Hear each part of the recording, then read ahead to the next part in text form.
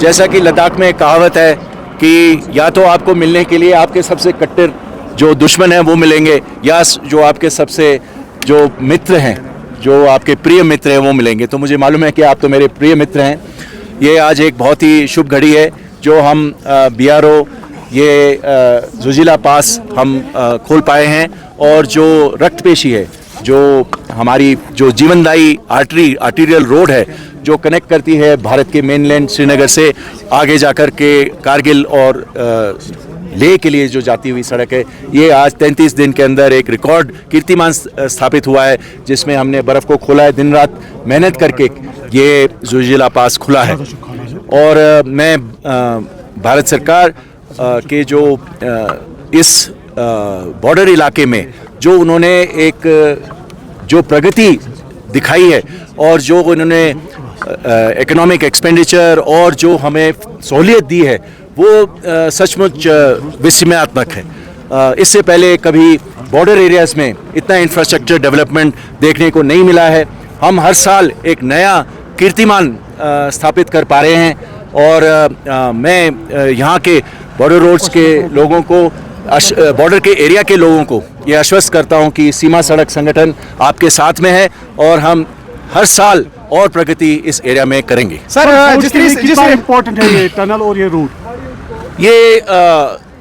ये तो सभी को मालूम है कि ये सामरिक दृष्टि से जो कारगिल और लद्दाख का जो इलाका है, ये तो हमारे पूरे इतिहास में ये हमेशा सामरिक दृष्टि से बहुत ही इम्पोर्टेंट है।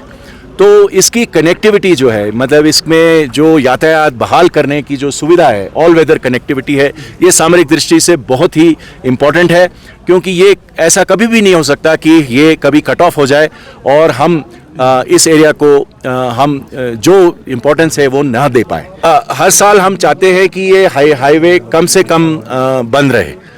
और हमें भी मालूम है बोथ फ्रॉम स्ट्रेटेजिक पर्सपेक्टिव और and from the economic perspective for the civil administration and the people कि ये हाईवे खोल करके रखें। पर एक और बात भी है कि कितनी बर्फ़ भी पड़ती है और कब बर्फ़ पड़ती है, ये भी एक इशू है। अगर बर्फ़ जनवरी के महीने में ज़्यादा पड़ जाए तो इसको खोलना उतना ही मुश्किल होता है, क्योंकि बर्फ़ फिर जम जाएगी। तो हम अपना काम जैसे ही बर्फ़ बंद होती है हम अपना काम शुरू कर देते हैं, और अपने पूरे विमेन विगर हमारे पास अभी सबसे मॉडर्न मशीनरी है। पर मशीनरी के अलावा जो हमारी जो एंथुजियाज्म है, जो हमारा जोश है, वो इन पहाड़ों से भी ऊंचा है। तो हम चाहते हैं कि हर साल हम ये एक आपस में जो हमारे दोनों प्रोजेक्ट हैं, एक श्रीनगर की तरफ से, एक लेह की तरफ से, एक विजयक और एक ये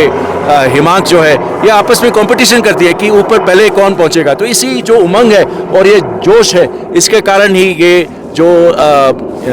इकोनॉमिक लाइफलाइन है, जो हमारा ये नेशनल हाईवे है ज़ोजिला से गुजरता हुआ, ये हम खोलने की कोशिश करते हैं। स्नो क्लियरेंस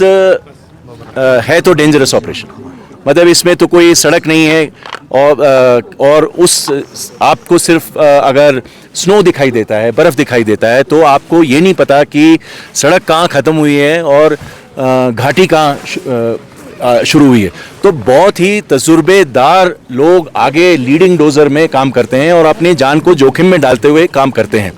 दूसरी बात यह है कि 30 ये जो आप सामने जो वॉल दिखाई दे रहा है, ये बर्फ़ का वॉल है, और ये बर्फ़ का वॉल जो है ये 30 फुट तक ऊपर जाता है, और कब ये अवलांच के तौर पे आपके ऊपर आएगा ये आपको क्लियर नहीं होता। तो हम बहुत ही टेक्निकली ये देखते हुए, सेफ्टी को मद्देनज़र रखते हुए अपना काम करते हैं। जो हमारे कार्मिक आते हैं, जो हमारे इंजीनियर आते हैं, जो हमारे लेबर आते हैं काम करने के लिए, सुबह 6 बजे आ जाते हैं और अपने कैंप से 5 बजे चलते हैं, 6 बजे उनका काम शुरू हो जाता है, और ये पूरा दिन काम करते हैं, और तब जाकर के ये धीरे धीरे करके ये जैसे जो बर्फ़ के जो चट्टान हैं तब जाकर के क्लियर होते हैं। अमरनाथ यात्रा पे काम शुरू हो गया हुआ है कि नहीं? अभी अमरनाथ यात्रा पे अभी काम शुरू होगा। वेट कर रहे हैं कि सीज़न हमें ठीक मिलेगा, अभी वेट करें। एक और बर्फ़ का हमें अनुमान लगाया है वेदर डिपार्टमेंट से कि एक और स्पेल अभी बर्फ़ आएगी, उसके बाद फिर हम ये कि आपको पिछले साल आपको पता था कि बॉर्डर रोड्स ये इसमें लगी हुई थी और इसने हम अमरनाथ यात्रा का जो दोनों चंदनवाड़ी की तरफ से और बालटाल की तरफ से जो हम एक्शन करते हैं दोनों तरफ से हम करेंगे और इस यात्रा को और स्मूथ बनाने की कोशिश करेंगे।